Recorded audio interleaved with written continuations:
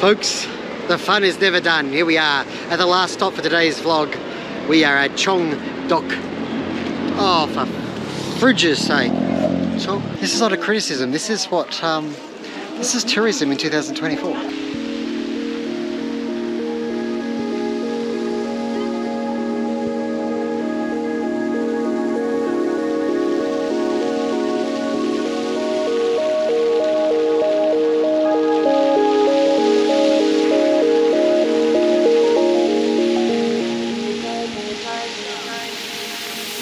Well folks, it's me, Andy, and this is Andy's Odd Journeys. And today, well, welcome to Seoul, the capital of Korea.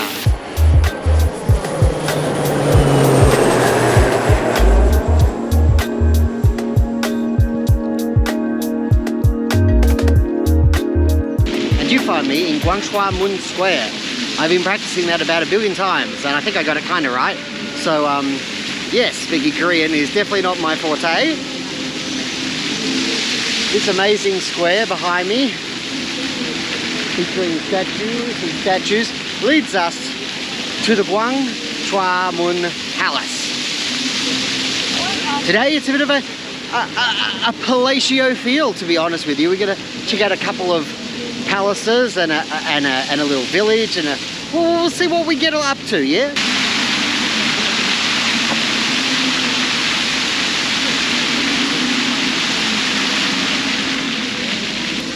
Now apparently this square was founded where they found a lot of relics from times gone by. I'm not exactly sure what that 100% means, but I'm gathering this was once the ancient administrative capital of Korea, or the region that we are presently in. Seoul's topography, look, a lot of the city is flat. But then it's sort of got mountains around it and one in the middle somewhere where they have the North Seoul Tower. So it's a bit of a mixed bag in that respect.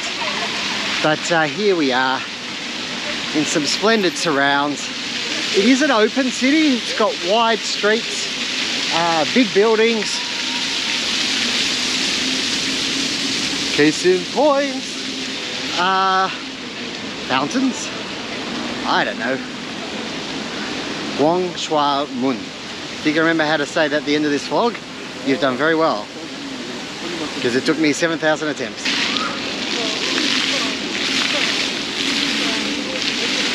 At least today we can say they've turned on the weather for us.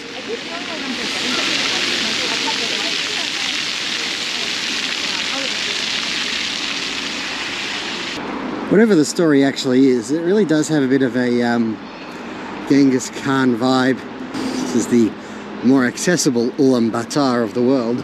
A little bit of cosplay thrown in for the mix.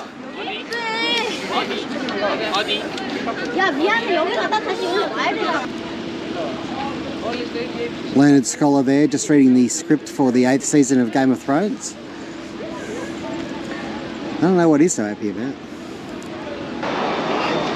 Just for reference, this is King Sejong, and he may be holding a book called The Human Jeongyong.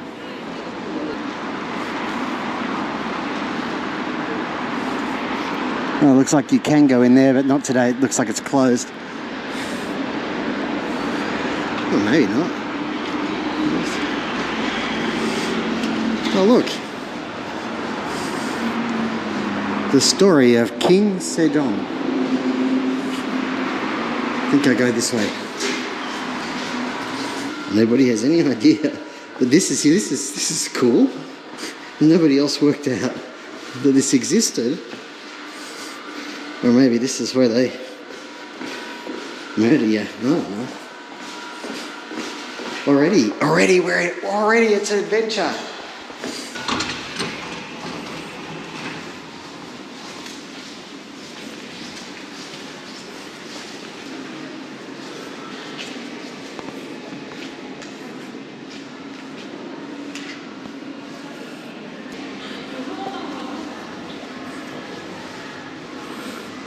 Well, there you go, folks. I've already discovered that Seoul has a lot of these sort of underground places where you can learn a bit. I shouldn't say that. They're mostly shopping centres. His name was Yi Do, but his posthumous name was King Sejong the Great. Was, well, we're talking about the end of the 14th century, living into the 15th Christian era, I'm presuming. Anyways, we've got a palace to explore. As we get a bit closer, it says, just under that pagoda, 7-story pagoda, peace of mind, happiness of the world. Interesting words here. We're actually not that far from the northern border.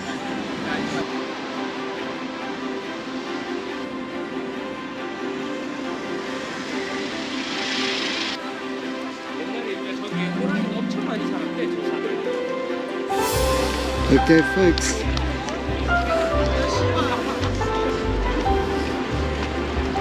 Looks like there's a fair bit of cosplaying going on here.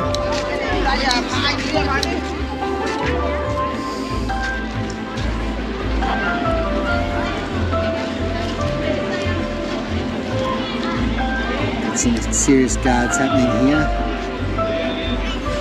I thought for a moment they were actually mannequins.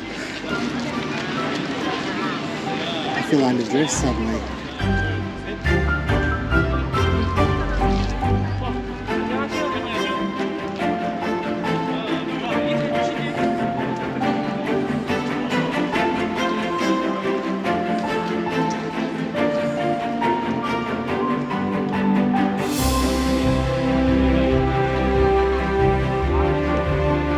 That ticket's over there.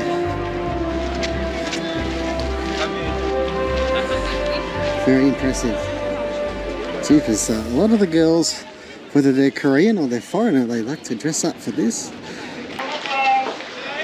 One ticket, folks, costs 3,000 won. That's about, I think, $2 US.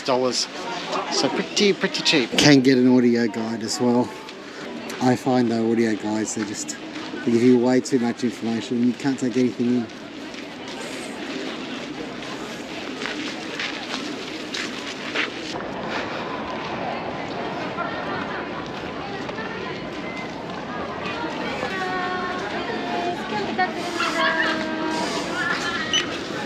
Thank you.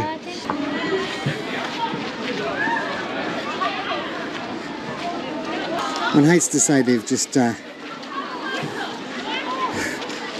just turned this palace into a complete fantasy land, haven't they? Everyone's dressed up. You know, I've got a collar. That's something. And folks, welcome to Gyeongbokgung Palace. Originally built in 1395, Christian era presumably. Gyeongbokgung, the palace greatly blessed by heaven. Now, in the Japanese invasion of the late 16th century, the palaces and capital were burned down, but rebuilt in 1610. But this palace was left derelict for 270 years, but reconstructed in 1867. My question is, when did the cosplay start? You just keep going through these courtyard to courtyard, beautiful gate to beautiful gate. I dubbed the Palace of the Cosplay.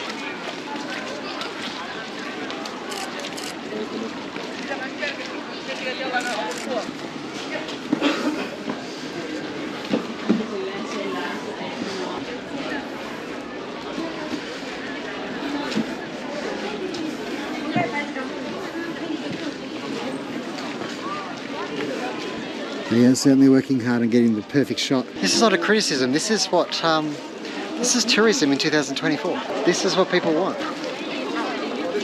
Somewhere the costume hire place must be doing a roaring trade. Look, I feel out of place not being in costume.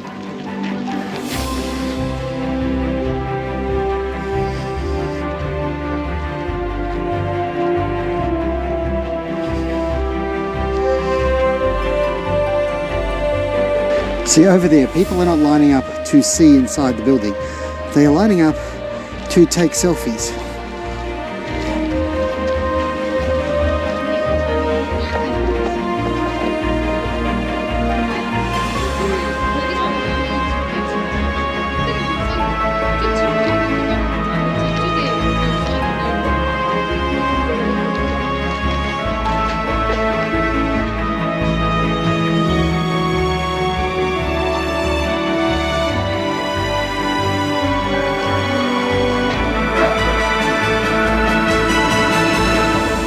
Folks, that's the throne room for you.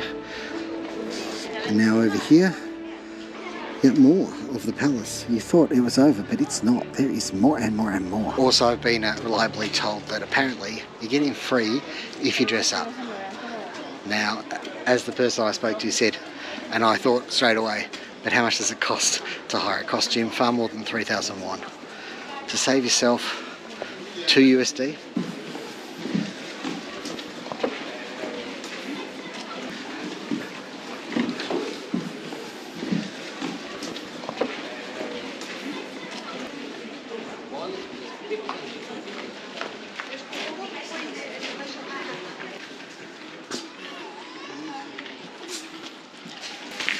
It has to be said, the dresses have a certain Dalek-like flow. Like people don't have feet.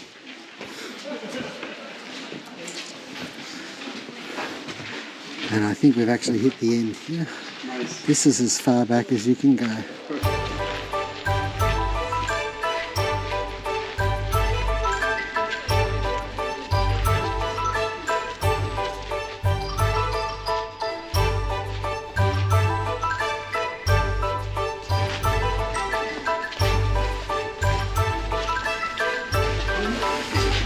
There's more places.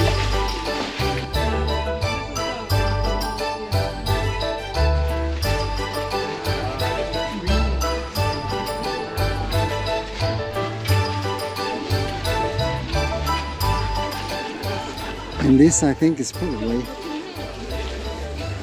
the most beautiful sight of them all. 24 pillars, the largest elevated pavilion in Korea. Gyeongbokgung is my best guess at the pronunciation of the name of this.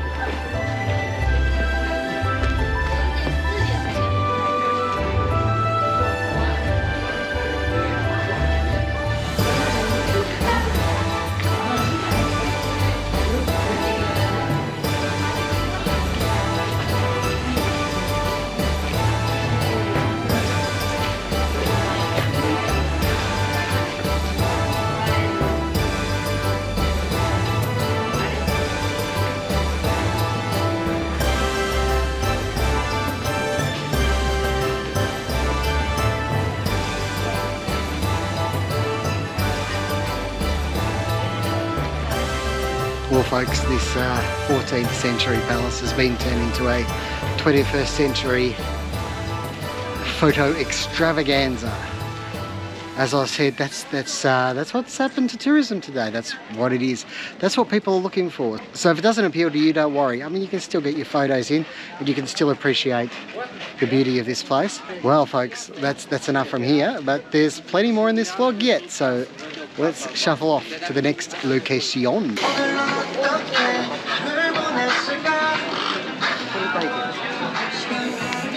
Folks, next stop is here. Bukchon Hanok Village.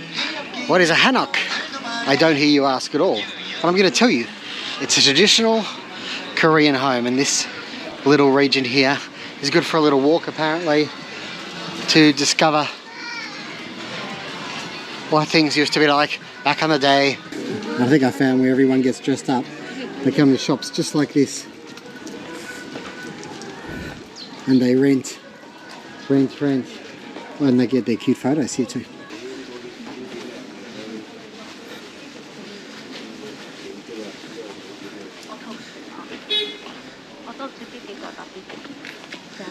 I presume roofs are the main feature you'll see. Lots of little alleyways too. Tourists just wandering around.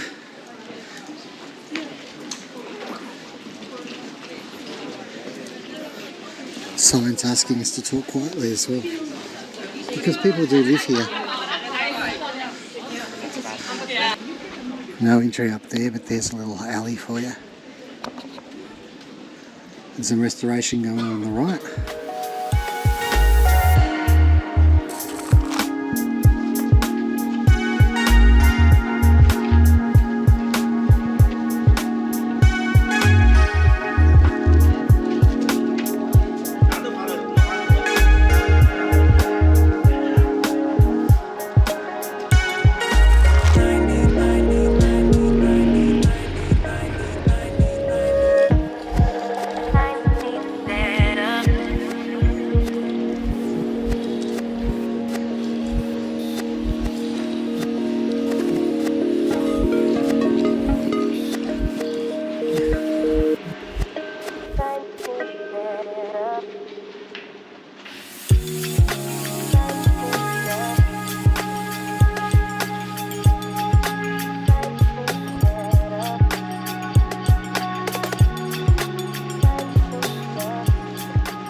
wow, a winter view. This is another little prince sitting on his own son. Who knows? Do not sit down here, danger. I'm gathering the tourists must really annoy, and I'm one, the residents. There's a lot of these types of signs. Nevertheless, what a lovely little area. Just up there, a lovely building. They really go all out on the roofs. You have to give them credit. Cannot be easy roofs to construct.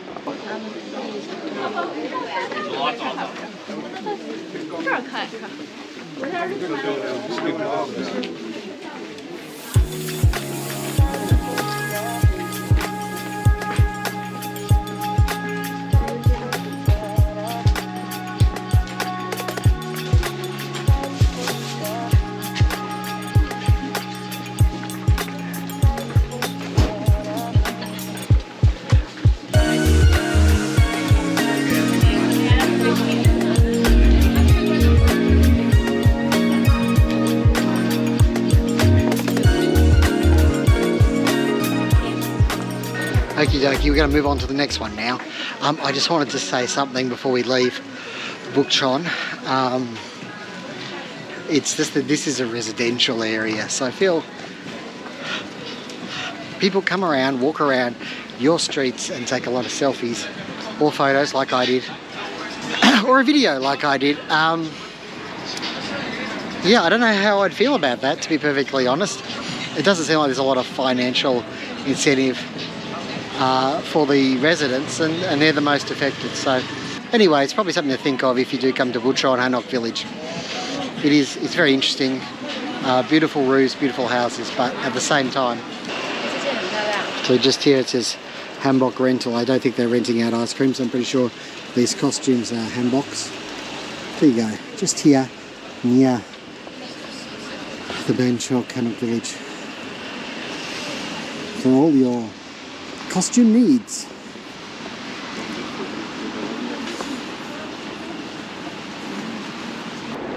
Folks, the palaces never stop in today's vlog because we're finishing today here, Gyeongbokgung Palace, which I think they regard as the best one of all.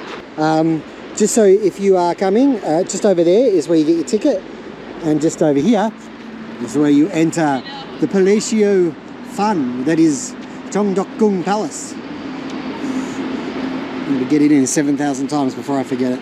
Changgyeonggung, Changgyeonggung, Changgyeonggung. It's a little more serene. What kind of codes does a pirate use? A QR code.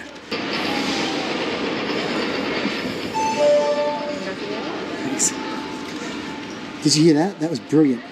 Now, there is also a secret garden, but they're sold out at the moment, and I didn't know about it anyway, so how good can it be? Probably awesome. Probably the best thing here. Well, folks, I've just had a quick look over. This was originally built in 1405 as a secondary palace to the one that we saw earlier. And then, when the Japanese invaded in the 16th century, it was burnt down and then reconstructed in 1610. The previous palace remained derelict for 270 years, while this was the main palace here in the capital. What are the odds that we get beautiful courtyard followed by beautiful courtyard followed by beautiful courtyard leading eventually to a throne room and then some more courtyards? I would say pretty good. These palaces, they're practically cities, aren't they? They're that big. Well, they're mostly courtyards.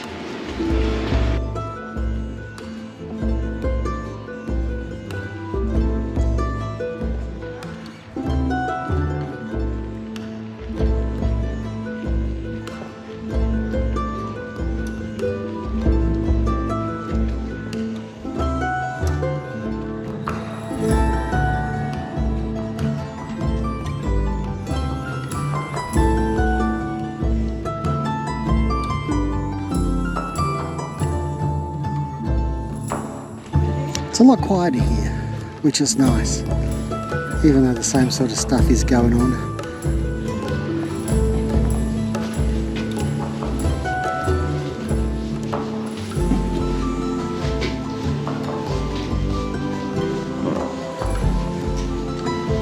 This feels like it's like sleeping quarters or just off to the side.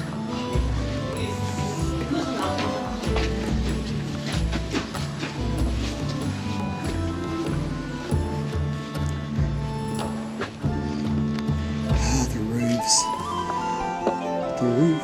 The roof is attractive.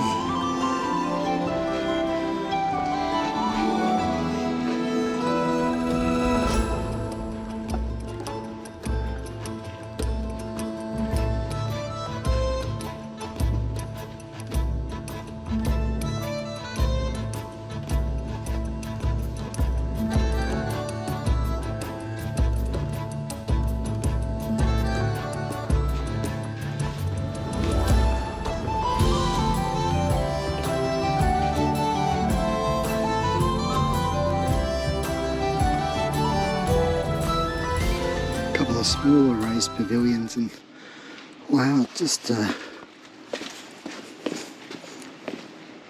as I said, it's like a little mini city in here, in these kind of palaces. And then the sun comes out and it looks even more brilliant.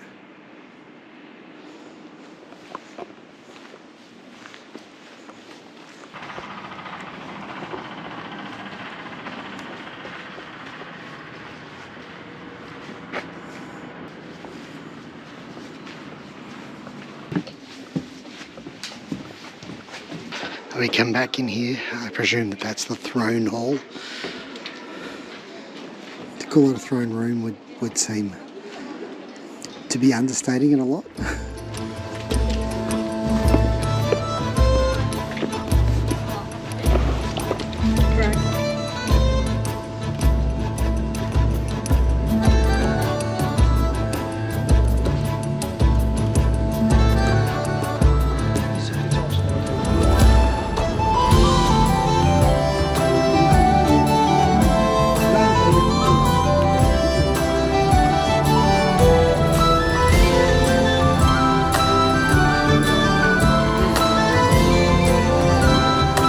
By the way, that is the original chicken wire from 1405.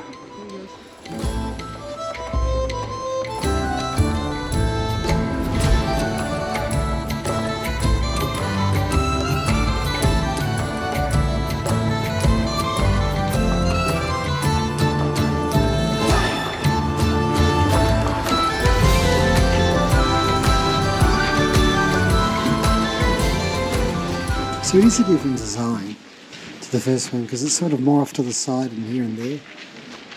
There's even an art shop over there.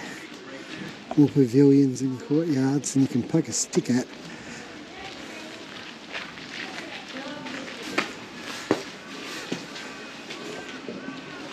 So this building here, the king would discuss affairs of state, and it's unique because it's got a blue roof. You don't see a lot of buildings with blue roofs, do you? Who is Gyeongdong Hall? This served as an office and bedchamber for the king, but burnt down in 1917 and rebuilt in 1920.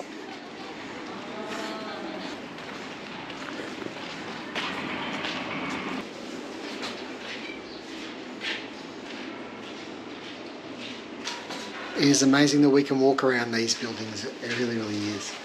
But you know what would be more interesting? Would be to actually go inside.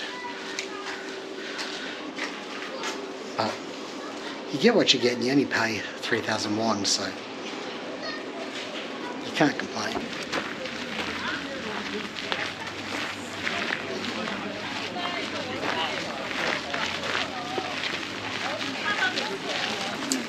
Up there be the secret garden, folks. What's inside? Well, I couldn't get a ticket, so it's still a secret to me too.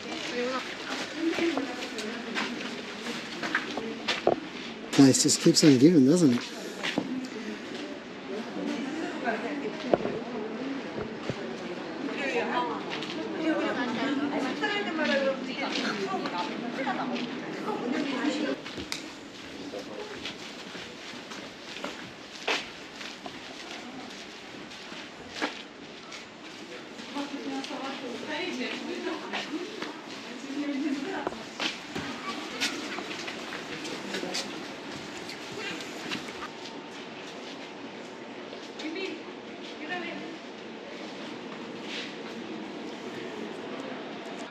Well folks, from this little secret corner of Changgyeonggung Palace, it's time for me to wrap this vlog up. Today we've had a little look at the more ancient history of Korea, I guess you could say, and it's been really interesting. The palaces are just stunning and beautiful, and the colours are so vibrant, and you know, it's very well presented, and it's super duper cheap as well. So you know, there's huge ticks all around, and look, you are fighting the selfie takers if you're not a selfie taker, but that is part of the tourist landscape in 2024. And you know, I walk around making a vlog, so I can't complain anyway, and everyone has a perfect right to experience and enjoy the sights the way that they want to do. So if you do come, that's what you've got to expect. This one here, Changgyeonggung Palace, is a little bit less crowded than the first one, and I don't know if that's just because it's busier earlier in the day. I can't say because I didn't do it in reverse. Anyways, before I sign off, it is obligatory that I must say, please like, comment, subscribe to the channel, because it helps it to grow and I really appreciate it.